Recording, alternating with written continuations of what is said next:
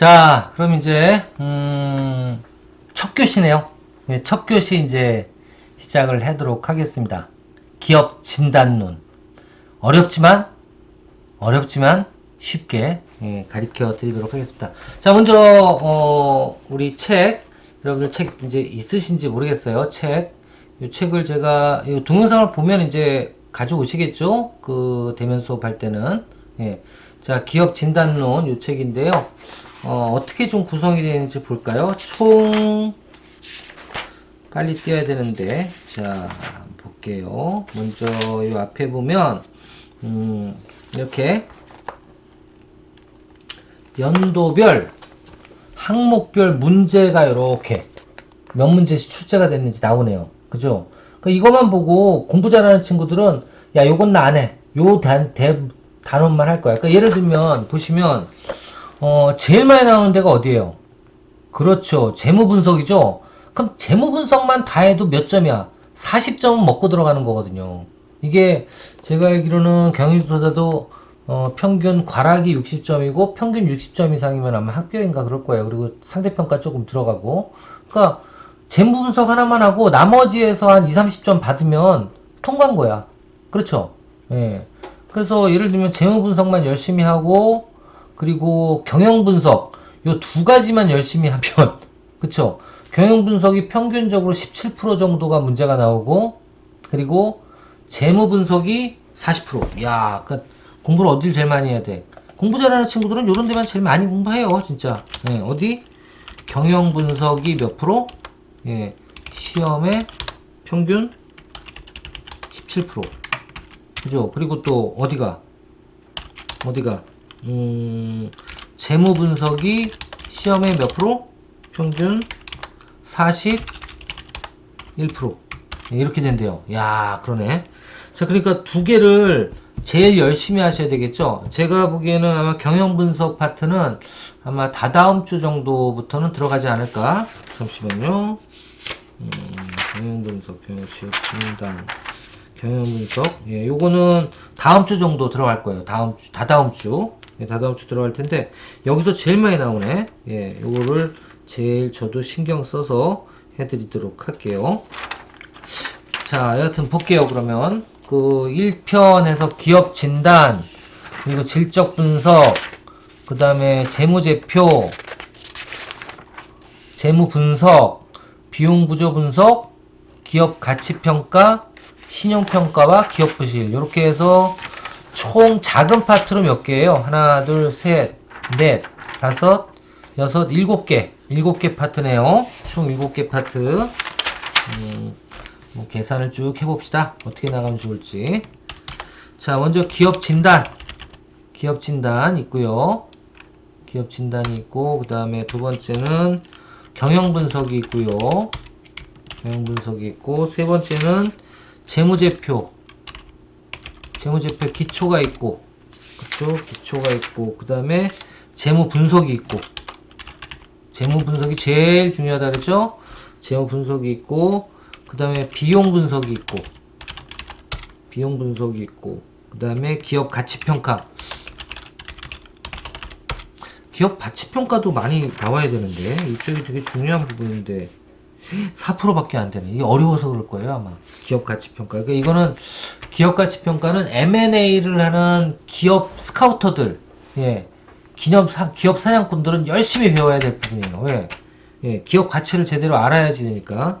그리고 특히 기업 하시는 분들 중에 외부 투자, 펀딩을 좀 받겠다 이런 분들은 내 기업의 가치가 어느 정도 되는지 파악할 수 있어야 되잖아요. 열심히 배워야죠. 그런 분들은. 그러니까 어떻게 보면 기업 가치 평가는 요거는 실무 중심의 강의예요. 실무에 필요한 거고, 요거는 뭐예요? 재무 분석은 실무도 그렇고, 그리고 어떻게 보면 기초 지식이라고 보면 돼요. 재무에 대한. 예, 그리고 경영 분석은 뭐예요? 이거는 질적 분석이거든요. 예, 경영에 대한 어떤 환경, 뭐 경쟁력 이런 걸 분석하는 거기 때문에 이거는 컨설턴트들이 많이 해요. 컨설턴트. 아시겠죠? 여튼 제일 중요한 건 경영 분석과 재무 분석 이 두 가지다라는 거 알아두시면 되고요. 제가 어떻게 진행을 할 거냐? 먼저 기업 진단 2주. 2주. 첫 주니까. 원룸. 그 다음에 경영 분석 몇 주? 요거 2주. 달립니다. 2주. 그 다음 재무제표의 기초는 17, 98. 만큼 되게 많네. 예. 요것도 한 2주. 그 다음에 재무분석 몇 주? 예, 한 3주 정도 해야 될 것 같아요. 3주. 그 다음 비용분석도 한 2주는 해야 됩니다. 이거 근데 비용분석이 몇 문제나 나오나? 예, 비용분석이 8%밖에 안 되네. 이거 일주에 끝내버릴까? 여튼 이거 2주. 그 다음에 기업가치평가 요것도 기업가치평가는 그렇게 어렵지 않으니까 1주.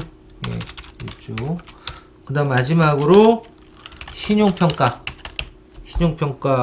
부실, 기업 부실. 요거는 몇 주? 요것 또한 1주만 하겠습니다. 1주. 자, 그럼 우리는 몇 주예요? 다 합쳐서 15주인데 2주가 중간고사, 기말고사로 빠지기 때문에 거의 중간고사 때는 아마 공부할 수도 있습니다. 저희 공부해야 돼요. 동영상으로 나갈 거예요. 그렇게 되니까 14주인데 그럼 볼게요.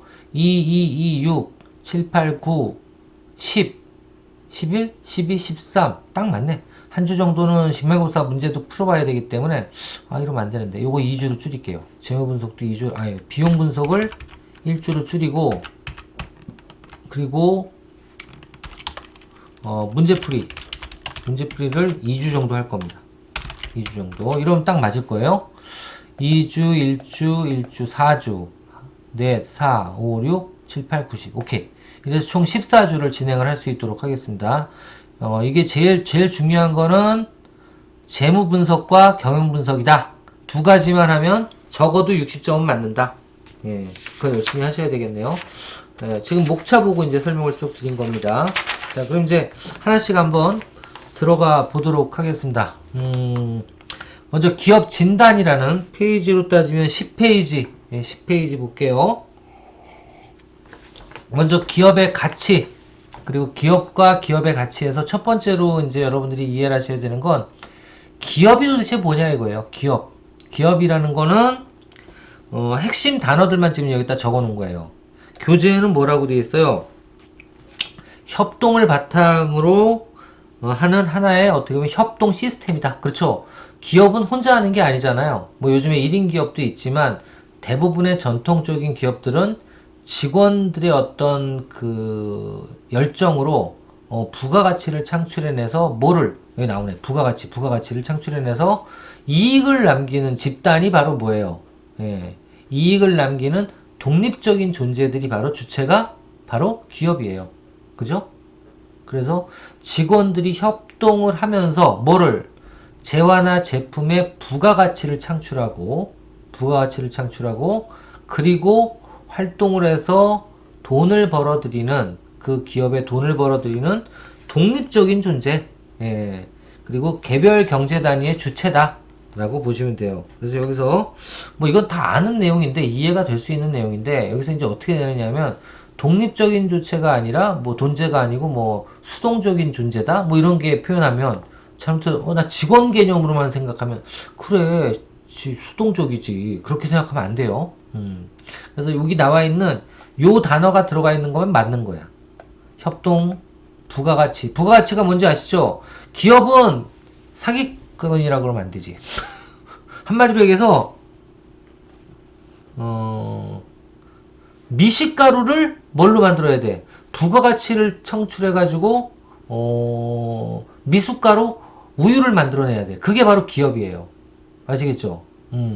쉽게 얘기하면 그런 거예요. 그러니까 뭔가 기존의 원료를 가지고 더 비싸게 팔 수 있게 만드는 게 뭐예요? 그게 바로 기업의 가치인 거예요. 얼마나 더 비싸게 만들 거냐. 그러니까 원가는 10원인데 100원짜리를 만들어내야 되는 거야. 그렇죠? 그게 좋으면 좋을수록 어떻게 되는 거예요? 기업의 가치는 높아지는 겁니다. 그러니까 화장품 같은 경우에 원료가 얼마예요? 만약에 1,000원이면 10만원에 팔리거든, 진짜. 그 정도는 아니에요, 요즘에. 보통 1,000원이면 만원에 팔려요. 10% 정도. 그게 어디야?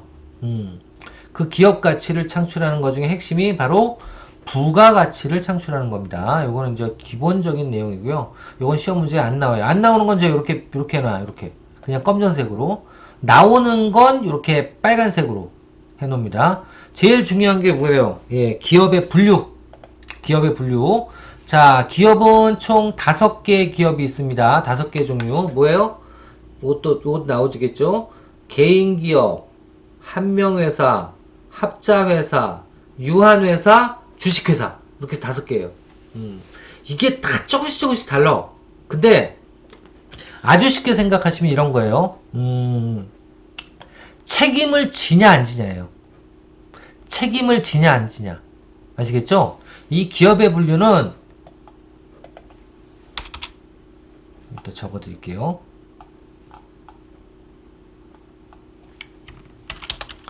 기업 분류의 핵심 뭐예요? 책임의 유무.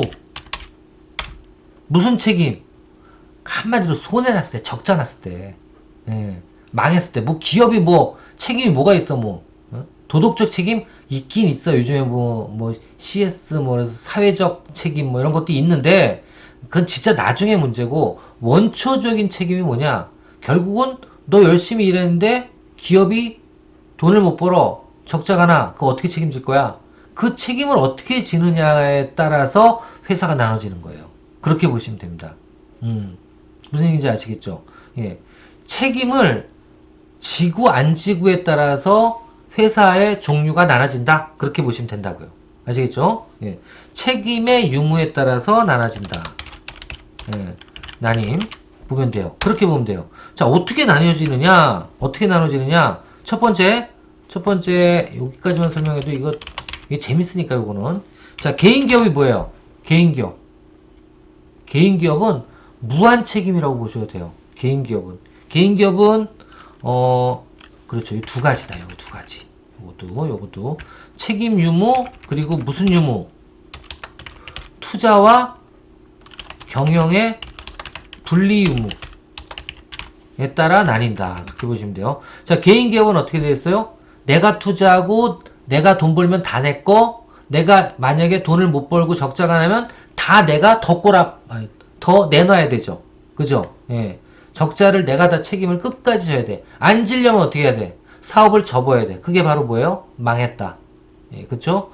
그래서 개인기업 같은 경우에는 소유와 경영이 분리가 되지 않고 무한 책임을 진다. 예, 그게 바로 뭐예요? 개인기업이에요. 아시겠죠? 개인기업은 무한 책임을 집니다. 무한 책임. 조금만 요거 더 늘릴게요. 이렇게.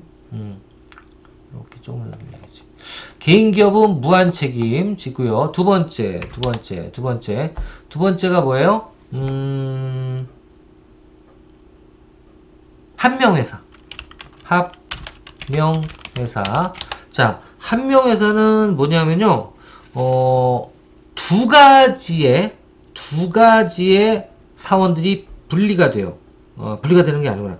이거는 뭐예요? 2인 이상의 무한 책임 사원만 있음. 아시겠죠? 그러니까 개인 기업은 뭐예요? 한 명의 무한 책임 사원이 있는 게 바로 개인 기업이고요. 2명 이상의 무한 책임 사원. 무한 책임 사원은 뭐예요? 회사가 어려운 게 있으면 적자가 나면 내 월급도 안 받아. 그리고 만약에 어떻게 보면 적자가 더 나가지고 그 원료도 갚아야 되고 뭐 이렇게 해야 돼. 근데 원료도 갚을 돈이 없어. 그럼 어떻게 해야 돼요? 직원들이 갚아줘야 되는 게 바로 뭐예요? 한명회사예요. 한명회사. 한마디로 무한 책임 사원만 있는 거죠. 그러니까 이 사람들은 다 자기가 돈을 n분의 1로 투자를 해서 아마 시작을 했겠죠. 얼마씩인지 모르지만. 그러니까 한마디로 모두가 창업주. 그게 바로 한명회사. 그럴 때는 한명회사라고 하는데, 그래서 보통 이건 가족회사가 이런 경우가 많아요. 가족회사가. 아시겠죠? 그래서 연대 무한 책임을 지는 겁니다. 자, 이거 말고 이제 어떤 회사가 있냐면 합자회사가 있어. 합자회사는 뭘까요? 그렇죠. 무한 책임을 지는 사원도 있고, 망했을 때 내가 내 집에 있는 돈까지 다 끌어다가 메꿔줘야 되는 책임이 있는 사람이 있는가 하면 또 한쪽은 어떻게 돼요? 아, 그래, 나 열심히 일했으니까 월급은 받지만, 만약에 내가 적자가 났을 때 회사에 대해서 그 적자에 대한 것까지 내가 책임을 지진 않을 거야. 그게 유한회사야. 아, 유한 책임사원이에요. 그래서, 유한 책임사원과 무슨? 무한 책임사원이 공존하는 그런 어떤 회사예요. 자, 그러면 유한 책임사원은 좋잖아. 적자가 났을 때 제가 책임 안 지니까 열심히 일만 하다가 아님 말고 그럼 되잖아요. 그죠? 자, 근데 무한 책임사원은 끝까지 책임을 져야 되니까 어떻게 될까요? 그렇습니다. 이럴 때 대부분은 유한 책임사원은 경영에 관여를 못해요. 왜? 니는 책임도 못 질 거면서 왜 경영에 관여해? 그럴 수 있잖아요. 대신에 무한 책임사원은 어떻게 해요? 그렇죠. 경영에 관여하고, 왜냐면 내가 책임감 있는 어떤 말을 하고 그걸 끝까지 책임질 수 있는 게 무한 책임사원이니까 당연히 경영에 관여를 할 수가 있겠죠. 그렇죠? 그래서 일단 합자회사는 유한 책임사원과 무한 책임사원이 공존하는 회사다 라고 알아두시면 될 것 같고요. 만약에 유한 책임사원은 적자가 나도 책임을 지지 않지만, 쉽게 설명드리면 무한 책임사원은 책임을 져야 된다. 끝까지 내 집을 팔아서라도. 아시겠죠? 그렇게 되어 있고요. 조금 더 들어가면 그렇게 되어 있죠. 무한 책임사원도 지분들이 다를 거 아니에요. 그 지분만큼은 끝까지 다 책임을 져야 돼. 그러니까 예를 들면 1,000만 원이 회사가 누구한테 줄 돈이 생겼어. 적자가 나서. 그러면 무한 책임사원이 2명이다. 그럼 얼마나씩? 500만원씩은 책임을 져야 되는 거예요. 둘이. 근데 만약에 둘이 지분이 달라. 한 사람은 30%, 한 사람은 70%, 그럼 어떻게 돼? 얘가 300만원 해야 되고 얘가 700만원. 대신에 많이 벌었을 때 어떻게 돼요? 많이 가져가겠죠. 그쵸? 예, 그래서 이거를 또 더 나가면 무한 책임사원은 뭘 받을 수 있어요? 급여 외에 배당이라든가 순이익에 대한 어떤 보상을 받을 수가 있지만, 유한 책임사원은 거꾸로 급여 외에는 순이익이 나면 무한 책임사원이 그래 알았어 요만큼 니 더 가져 하고 결정을 해주면 가져가는 거지, 공식적으로 가져갈 수 있는 건 없는 거예요. 아시겠죠? 저도 솔직히 이런 창업기업은요, 창업기업은 사장님께서 유한 책임사원으로 뽑아서 무한 책임사원을 만들어야 돼요. 동기부여시켜서. 그렇게 하는 게 제일 중요합니다. 어떻게 동기부여 시킬지는 그거는 결국은 사장님들의 리더십이겠죠. 예, 리더십. 자, 그 다음 합조회사 다음에 이제 유한회사. 유한회사는 뭐예요? 유한 책임사원만 있는 거야. 이것도 웃기죠. 이런 것들이 이제 주로 어떤 회사? 우리 같은, 제가 이제 운영했던 어떤 그 평생교육원이라든가 아니면 컨설팅 회사, 이런 회사들은 유한 회사들이 많아요. 유한 책임사원만. 그러니까 뭐냐면, 좀 전에 말씀드린 그런 학원이라든가 아니면 컨설팅 회사라든가 이런 전문직에 속하는 로펌도 마찬가지예요. 이런 회사들은, 프로젝트 베이스로 일을 하거든요. 프로젝트 베이스로. 그러다 보면, 업무가 뚝뚝 끊길 수가 있어요. 그래서 고정적으로 급여를 주는 친구들이 있으면 안 될 수도 있어. 아시겠죠? 대신에 유한 책임사원은 적자가 나면 책임을 지진 않아도 되지만 적어도 뭘 할 수 있어요? 그렇죠. 월급을 안 줄 순 있어. 회사에서. 어떨 때? 적자가 났을 때. 그죠? 예. 그리고 유한 책임사원은 어디까지? 예. 본인이 일한 거에 대한 것까지만 책임을 지는 거예요. 그래서 유한 책임사원은 이런 컨설팅 회사 같은 경우에 많이 써요. 왜? 우리 힘드니까, 야, 이번 달은 월급 없어. 대신에 잘 되면 우리 서로 나눠 갖자. 이게 다 유한 책임사원이에요. 그러니까 유한 책임사원은 이게 무한 책임사원이 있을 땐 그렇게 하기 힘들어. 근데 합자회사처럼 유한회사만 만들어졌을 때는, 야, 남으면 우리 다 먹자, 나눠서. 근데 적자가 나면 여기까지 하고 손 딱딱 털자. 서로 책임지지 않고. 그렇게 만드는 조직들이 있어요. 어떻게 보면 이런 조직들은 전문가 조직들이 더 많아요. 그래서 유한 책임사원, 유한 회사, 이게 어떻게 보면 컨설팅 회사들이 많이 추구하는 그런 회사 유형이다. 그렇게 생각하시면 될 것 같아요. 자, 마지막으로 제일 많이 알고 계시는 바로 주식회사. 뭐예요? 소유와 경영이 분리. 이거 뭐야? 이거 분리가 아니에요. 개인 기업은 분리되지 않았죠. 그죠? 분리되지 않는 기업. 그 무한 책임을 져야 되는 기업.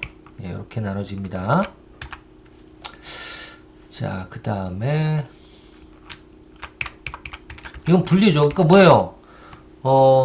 책임은 누가 지는 거예요? 책임은 경영자가 지는 거고요. 대신에 전문 경영이 지는 거고, 이게 나눠지죠. 어떻게? 전문 경영인은 경영만 하고, 소유는 누가 해? 소유는 주주가 하죠. 투자자가 하죠. 그러니까 투자자는 경영에 관여하지 않지만 어떤 거에는 관여할까요? 전문 경영인을 임명하는 거에는 관여를 해요. 그게 주주총회의 제일 큰 의결사항이죠. 그래서 투자자는 누구를? 제주를 넘을 사람을 관리를 하고, 제주를 넘을 사람은 경영에 책임을 지고 하다가 안 되면 어떻게 돼? 물러나야 되는 거예요.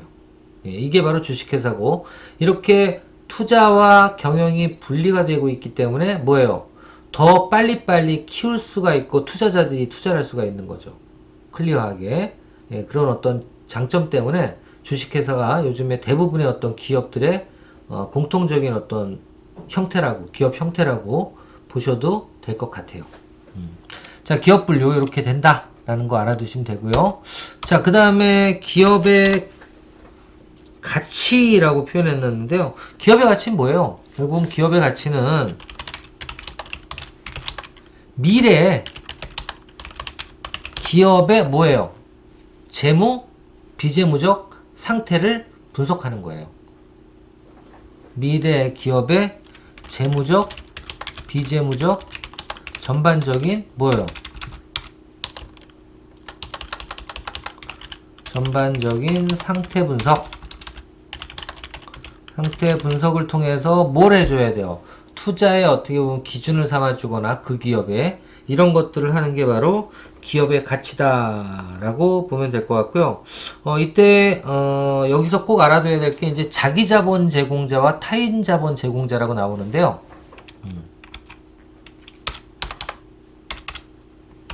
자기 자본 제공자와 뭐라고?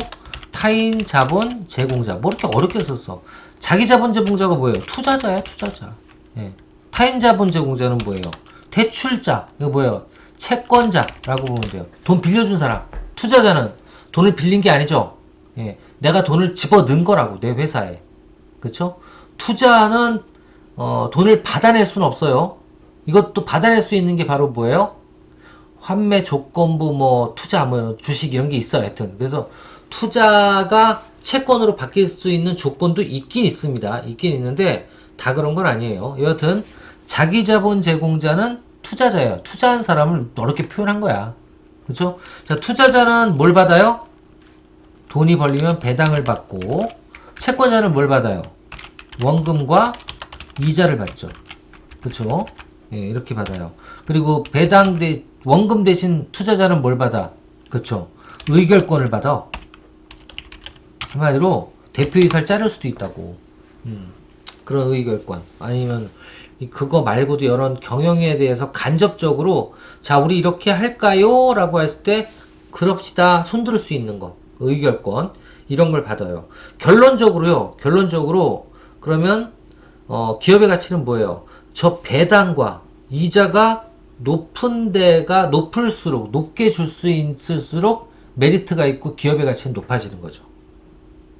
과연 그럴까? 그렇지 않을 수도 있어요. 예. 여하튼 여기서 개념은 요 개념에 대해서 좀 알고 계실 필요가 있습니다. 자기 자본 제공자는 투자자고 배당을 받는 거고, 타인 자본 제공자는 채권자면서 이자를 받는다 라는 거 정도 알아두시면 좋을 것 같아요. 자, 첫날이니까 천천히 가는 거고, 이제 그다음부터 빨리빨리 가고요. 자, 그 다음에 요거는 좀 빨리 갈까요? 두 번째. 기업 진단과 자료. 이제부터 자료예요. 기업 진단하려면 뭐가 필요해요? 기업 진단에 목표를 세우고 해야 되고, 그 다음에 뭘 해야 돼? 목표 다음에, 요거는 여기 나와 있나? 예, 좋습니다. 요거부터 할까요? 절차부터.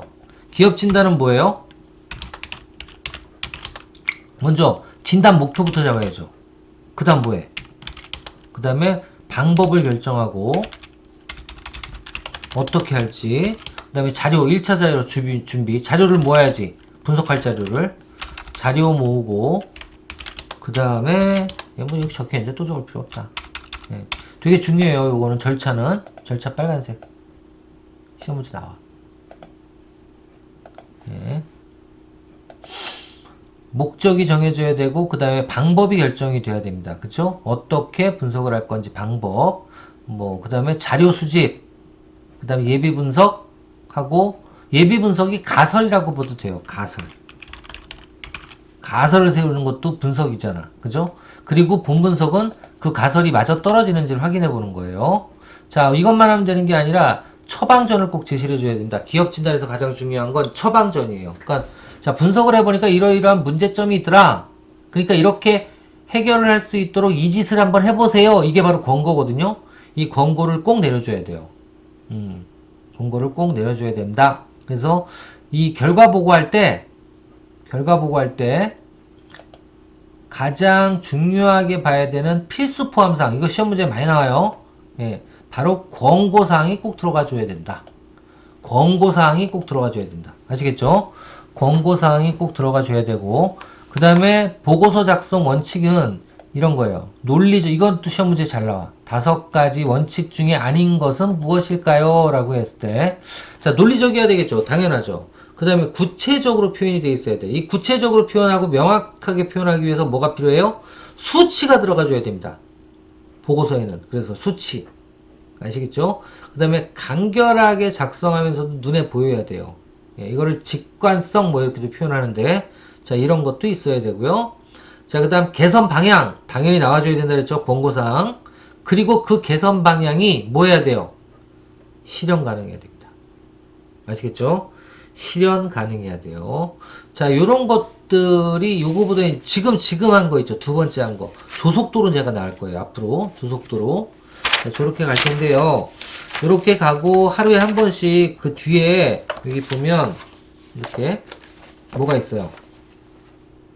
19페이지에 보시면 내가 이렇게 공부를 하고 나서요. 바로바로 문제를 풀어보는 습관을 가지세요. 뒤에 이거 말고도 객관식 문제도 이렇게 있어요. 이것도 한 번씩 풀어보시는 게 좋아요. 풀어보면서 앞을 보면 그 내용이 더 빨리 머리에 들어가. 아시겠죠? 한번 쭉 읽어보시고 그 다음에 시혈력 점검 문제 한번 풀어볼까요? 기업은 실체로서의 수단적 존재이다. 맞나요? 틀리나요? 아까 볼까요? 여기 보면 뭐라고 돼 있어? 독립적 존재인데 수단적 존재래. 이거 틀린 거라고. 요렇게 내요, 시험 문제를. OX 할 때. 아시겠죠? 참 재밌죠? 답이 X예요. 실력 점검 문제 1번 X. 자, 두 번째 문제 한번 볼까요? 기업의 가치는 자기 자본의 가치와 타인 자본의 가치를 합한 것이다. 예, 여기 나와 있죠? 자기 자본과 타인 자본을 합한 것이다. 이거 두 개의 가치는 뭐예요? 배당이나 이자를 합친 게 바로 뭐다? 기업의 가치다. 맞는 얘기예요. 그죠? 자, 세 번째. 기업 진단 시 기업 분석 과정은 먼저 분석 목적의 명확화. 그렇죠. 목적을 정해야죠. 그 다음 두 번째, 분석 방법을 결정을 해야죠. 세 번째, 자료를 수집해야죠. 네 번째, 예비 분석, 가설 같은 걸 세워봐야죠. 다섯 번째, 본 분석 해봐야죠.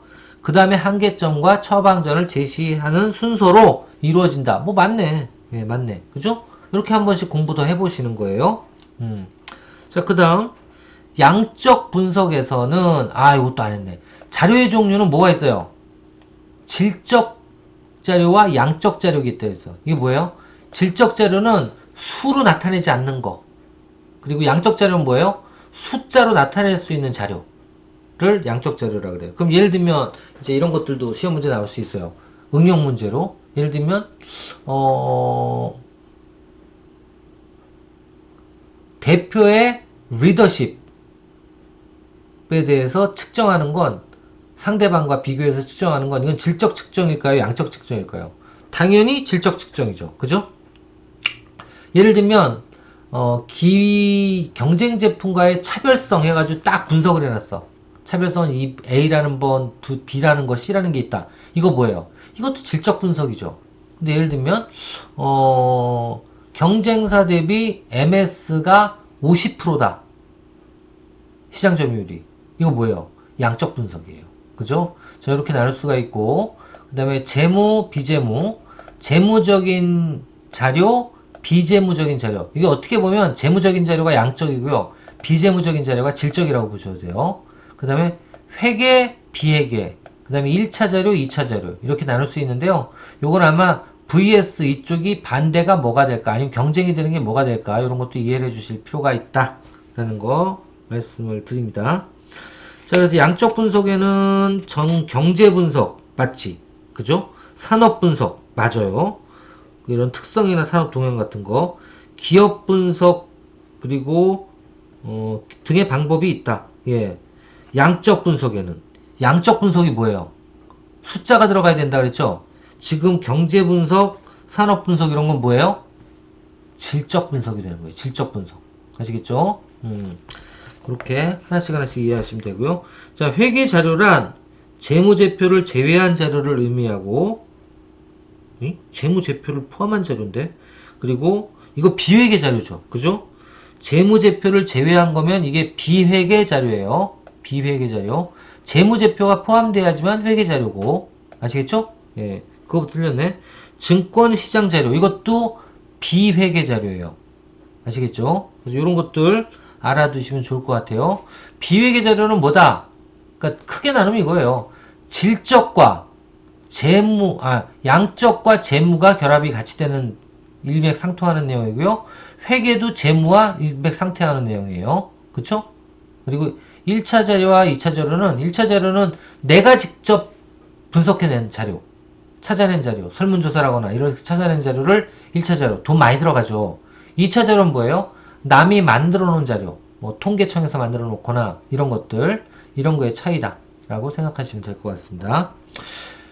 자, 오늘은 일단 여기까지만, 예, 머리 아프니까 여기까지만 하고요. 우리 토론 시간에, 그러니까 토요일에 만나서 또 궁금한 거 얘기하도록 하고요.